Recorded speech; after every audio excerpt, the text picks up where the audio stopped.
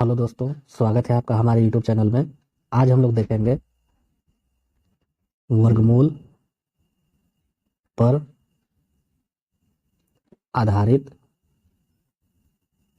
आधारित समीकरण। दोस्तों, इसमें हम लोग कुछ ऐसे क्वेश्चन देखेंगे जो कंपटीशन में पूछे जा चुके हैं। जैसे पहला क्वेश्चन हम लोग देखते हैं, √1 + x/256 बराबर 9/8 हो तो x का मान कितना होगा। इसका सॉल्यूशन हम लोग देखते हैं। हम लोग बेसिक मेथड से सबसे पहले इसको सॉल्व करते हैं। तो दोनों पक्षों का वर्ग करेंगे तो ये रूट खत्म हो जाएगा और ये हो जाएगा 81/64। उसके बाद हम लोग लेफ्ट हैंड साइड में जो एक है उसको हम लोग राइट हैंड साइड में भेज देंगे तो ये हो जाएगा -1। फिर 64 का हम लोग एलसीएम ले लेंगे तो ये हो जाएगा 81 - 64 x/256 बराबर 81 में से 64 माइनस करेंगे तो ये हो जाएगा 17/64 और ये 64 से 256 4 बार में डिवाइड हो जाएगा। x बराबर हो गया 68 और ये हो गया आंसर। लेकिन दोस्तों, एग्जामिनेशन में अगर आपके पास इतना समय नहीं है तो इसके लिए मैं आपको ट्रिक बता रहा हूँ। अब ट्रिक ये है कि जब x का वैल्यू आपको निकालने के लिए पूछा जाएगा तो आप सबसे पहले देखिए कि उसके हर में जो वैल्यू लगा है, जैसे ये 256, ये कौन सी संख्या का वर्ग है। और आप यहाँ देख रहे हैं कि 8 का वर्ग तो 64 ही होता है। तो इस 8 को हम लोग 16 बनाएंगे क्योंकि 16 का वर्ग ही 256 होता है। ये 256, तो अगर हम लोग ऊपर और नीचे 2 से अगर गुणा कर देंगे तो ये 16 बन जाएगा। तो ये कितना बन जाएगा 18। और इनका जब हम लोग वर्ग करेंगे तो हमें कितना प्राप्त होगा 256। जैसे मैं यहाँ लिख देता हूँ 18/16 और इसका वर्ग कर दिया तो 18 का वर्ग हो गया 324 और 16 का वर्ग हो गया 256। और ये जो 18 का वर्ग 324 मिला और 256 का 16 का वर्ग मिला, इन दोनों का जो अंतर है 68, यही हमारा आंसर हो जाएगा। तो दोस्तों, जब भी इस टाइप के क्वेश्चन एग्जामिनेशन में पूछे जाए तो आप सबसे पहले देखिए कि जो x के हर में वैल्यू दिया हुआ है वो कौन सी संख्या का वर्ग है। अगर यहाँ पे 16 होता तो कोई बात नहीं था, अगर 16 नहीं है तो हम लोग सबसे पहले 16 बनाएंगे। जैसे हम लोग एक क्वेश्चन और देखते हैं। क्वेश्चन है √1 + x/169 बराबर 14/13 हो तो x का मान कितना होगा। अब आप यहाँ पे देख रहे होंगे कि ये जो 169 है ये 13 का ऑलरेडी स्क्वायर है, तो यहाँ पे हमें 2 गुना करने की कोई ज़रूरत नहीं है। तो हम लोग इसका सोल्यूशन क्या करेंगे, 14/13 का हम लोग डायरेक्ट वर्ग कर देंगे। तो 14 का वर्ग हो गया 196 और 13 का वर्ग हो गया 169 और इन दोनों का जो अंतर होगा 27, ये हो गया आंसर। अब दोस्तों एक क्वेश्चन और देखते हैं। √1 - x/225 बराबर 13/15 हो तो x का मान कितना होगा।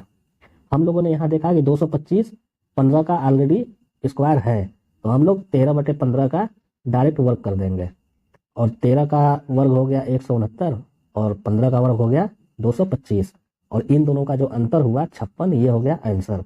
आपको ये नहीं देखना है कि ऊपर की वैल्यू या नीचे की वैल्यू कौन छोटी बड़ी प्राप्त हो रही है, बस इनका अंतर करिए और आंसर दीजिए। अब दोस्तों हम लोग एक क्वेश्चन और देखते हैं। ये एसएससी में पूछा गया क्वेश्चन है। √1 - 2x + 1/196 बराबर 13/14 हो तो x का मान कितना होगा। तो दोस्तों इसका हम लोग सॉल्यूशन देखते हैं। अब यहाँ पे आपने देखा कि ये जो 196 है ये 14 का ऑलरेडी स्क्वायर है, तो हम लोग क्या करेंगे 13/14 का डायरेक्ट वर्ग करेंगे। 13 का वर्ग मिला 169 और 14 का वर्ग मिला 196 और इनका अंतर कितना हो गया 27। अब आपने सोचा कि चलो भाई 27 तो हमारा आंसर हो गया, तो नहीं, आप गलत हैं। ये जो 27 मिला ये 2x + 1 की वैल्यू मिली। सपोज करिए कि यहाँ पे 1 - x/196 होता तो ये x की वैल्यू प्राप्त होती 27, लेकिन यहाँ पे 2x + 1 है तो जाहिर सी बात है कि ये जो 27 वैल्यू प्राप्त हुई है ये अंश में जो वैल्यू दिया हुआ है उसकी वैल्यू प्राप्त हुई है और अंश में कितना है 2x + 1।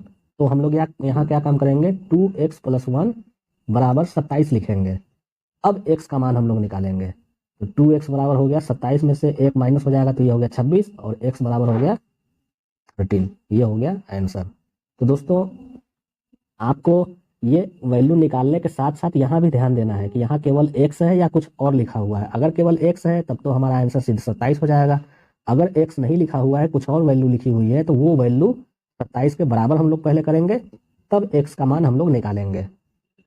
अगला क्वेश्चन, और क्वेश्चन है यदि अंडर रूट 15,625 बराबर 125 हो तो under root 156.25 plus under root 1.5625 plus under root 0.015625 का मान कितना होगा?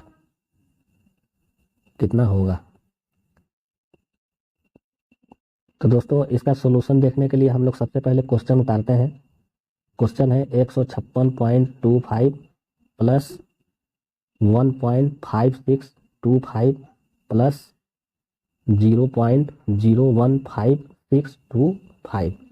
अब दोस्तों आपको इस क्वेश्चन को सॉल्व करने के लिए यहाँ ये देखना है कि जैसे 15,625 है, यहाँ पर तो कोई पॉइंट लगा हुआ नहीं है, तो इसकी वैल्यू हो रही है 125। लेकिन दोस्तों इसमें पॉइंट लगा तो नहीं है, लेकिन वो पॉइंट छुपा हुआ है, और वो पॉइंट है कहाँ? यहाँ है। इसको हम लोग 15,625.00 भी कह सकते हैं। अगर हम ये दशमलव अगर सब में से अगर हटा दें तो ये सारा वैल्यू तो 15,625 ही है, तो जाहिर सी बात है कि सबका वैल्यू 125 ही प्राप्त होगा। तो मैं यहाँ समझने के लिए आपको लिख देता हूँ, सब में आप 125, 125 और 125 लिख दीजिए। अब इसमें देखिए कि राइट हैंड साइड में दशमलव के बाद कितना अंक है? तो दशमलव के बाद 2 अंक है, तो यहाँ पे हम लोग दशमलव के बाद 1 अंक बना देंगे। अब यहाँ देखिए दशमलव के बाद 4 अंक है, तो यहाँ दशमलव के बाद हम लोग 2 अंक कर देंगे। उसी तरह यहाँ दशमलव के बाद 6 अंक है, तो यहाँ पे हम लोग दशमलव के बाद 3 अंक कर देंगे। दोस्तों मैं एक बार फिर समझा दूं, जैसे 156.25 है, यहाँ दशमलव के बाद 2 अंक है, तो यहाँ दशमलव के बाद 1 अंक कर दिया। यहाँ दशमलव के बाद 4 अंक है, तो यहाँ दशमलव के बाद 2 अंक कर दिया। और यहाँ पे दशमलव के बाद 6 अंक है, तो यहाँ दशमलव के बाद 3 अंक कर दिया। तो अब तीनों को जब हम लोग जोड़ेंगे तो ये मिलेगा 13.875, और ये हो गया आंसर। अभी तक हम लोगों ने देखा वर्गमूल पर आधारित समीकरण। अब हम लोग देखते हैं वर्गमूल पर आधारित प्रश्न। इसमें दोस्तों हम लोग पहला क्वेश्चन देखते हैं। क्वेश्चन है एक वर्ग में कुछ विद्यार्थी हैं।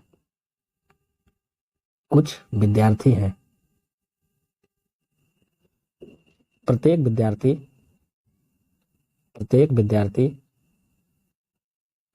उतने ही रुपए जमा करता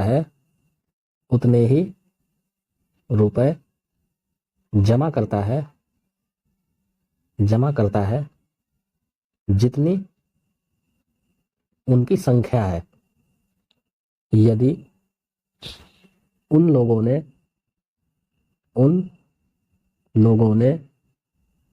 कुल 8,464 रुपए जमा किए हो तो विद्यार्थियों की संख्या ज्ञात कीजिए। अब दोस्तों हम लोग इसका सॉल्यूशन देखते हैं। तो क्वेश्चन ये है कि एक वर्ग में कुछ विद्यार्थी हैं और प्रत्येक विद्यार्थी उतने ही रुपए जमा करता है जितना उनकी संख्या है। तो हम लोग ये मान लेते हैं कि जो विद्यार्थी हैं उनकी संख्या x है, जो रुपए जमा कर रहे हैं वो भी x रुपए जमा कर रहे हैं। तो x विद्यार्थी अगर x रुपए जमा करेगा तो इसका मतलब हो गया x इंटू एक्स, और जमा करने के बाद इकट्ठा कितना हो रहा है? 8,464 रुपए। तो ये हो गया एक्स स्क्वायर बराबर 8,464, और x बराबर हो जाएगा अंडर रूट 8,464। अब x बराबर हो जाएगा, दोस्तों वर्गमूल निकालने की जो सन्निकट विधि मैंने बताया है उस वीडियो को आप जाकर अगर देखेंगे तो उसमें मैंने बताया है किसी भी संख्या का वर्गमूल निकालना। चाहे वो जितने अंकों की हो। अब जैसे यहाँ 8464 का वर्गमूल निकालना है कि ये जो 8464 है ये 10,000 के नज़दीक है और 10,000 का वर्गमूल 100 होता है। तो अब चूंकि ये 10,000 से कम है तो 100 में हम लोग घटा देंगे। किसको घटाएंगे? संख्या का अंतिम 2 अंक किसके वर्ग में आता है, और वो संख्या 1 से लेकर 24 तक होनी चाहिए। 1 से लेकर 24 तक आने वाली जिस संख्या के वर्ग का अंतिम 2 अंक ये रहेगा उसको हम लोग घटा देंगे। तो 8 का वर्ग कितना होता है? 64। तो 100 में से 8 हम लोग घटा देंगे, ये हो गया 92। यानी विद्यार्थियों की संख्या 92 है। विद्यार्थियों की संख्या 92 और 92 विद्यार्थी है और 92 रुपए भी जमा कर रहे हैं। अगर ये पूछा जाता कि कितने रुपए जमा किया तो 92 रुपए जमा किया। अब दोस्तों हम लोग एक क्वेश्चन और देखते हैं। एक सैनिक ऑफिसर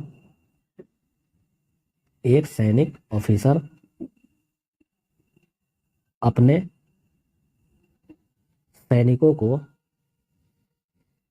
सैनिकों को वर्ग के रूप में खड़ा करना चाहता है। तो 18 सैनिक शेष बच जाते हैं यदि कुल सैनिकों की संख्या 2322 हो तो वर्ग के प्रथम कतार में खड़ा किए गए सैनिकों की संख्या ज्ञात कीजिए। तो दोस्तों आपने एक चीज यहाँ ध्यान दिया कि एक सैनिक ऑफिसर अपने सैनिकों को वर्ग के रूप में खड़ा करना चाहता है, यानी इसका हम लोग यहाँ सोल्यूशन देखते हैं। वर्ग के रूप में खड़ा करना चाहता है यानी वो एक्स स्क्वायर के रूप में खड़ा करना चाहता है। तो जब ये एक्स स्क्वायर के रूप में खड़ा करना चाहता है तो उसके पास 18 सैनिक शेष बच जाते हैं, यानी 18 सैनिक एक्स्ट्रा बच रहे हैं। तो प्लस 18 हमने कर दिया। सैनिक ऑफिसर अपने सैनिकों को वर्ग के रूप में खड़ा कर रहा है, 18 सैनिक शेष बच गए और कुल सैनिकों की संख्या हो गई 2322। अब 2322 में से 18 माइनस जब हम लोग कर देंगे तो वही जो वैल्यू प्राप्त होगी वो एक्स स्क्वायर के बराबर प्राप्त होगी। जैसे यहाँ हम लिख देते हैं एक्स स्क्वायर बराबर, जब 18 हम लोग माइनस करेंगे तो ये हो गया 2304, और ये जो 2304 है ये एक पूर्ण वर्ग संख्या है। तो एक्स बराबर कितना हो जाएगा? 2304 का वर्गमूल। और वर्गमूल निकालने की सन्निकट विधि में मैंने आपको बताया है कि जैसे ये संख्या 2500 के नज़दीक है तो हम लोग 50 में से, और ये 2500 से कम है तो 1 से 24 तक की जो संख्या है अंतिम 2 अंकों का जो वर्ग आएगा 0 चाहे जिसमें, तो वो हम माइनस कर देंगे। तो ये हो गया 48। तो प्रथम कतार में सैनिकों की संख्या कितनी हो जाएगी? सैनिकों की संख्या ये हो गई 48 और ये हो गया आंसर। तो दोस्तों अगर आपने वर्गमूल निकालने की सन्निकट विधि नहीं देखा है तो आप जाके वर्गमूल निकालने की सन्निकट विधि वाला वीडियो देख सकते हैं, जिसमें आपको किसी भी संख्या का वर्गमूल निकालने का तरीका मैंने बताया है, चाहे वो 2 अंकों की संख्या हो, 4 अंकों की हो, 6 अंकों की हो, चाहे जितनी अंकों की संख्या हो, उसमें मैंने आपको बताया है। तो दोस्तों आज के टॉपिक में बस इतना ही। अगर आपको हमारे द्वारा पढ़ाया गया टॉपिक पसंद पड़ा हो तो आप हमारे चैनल को लाइक करें, सब्सक्राइब करें और अपने दोस्तों के साथ शेयर करें। धन्यवाद।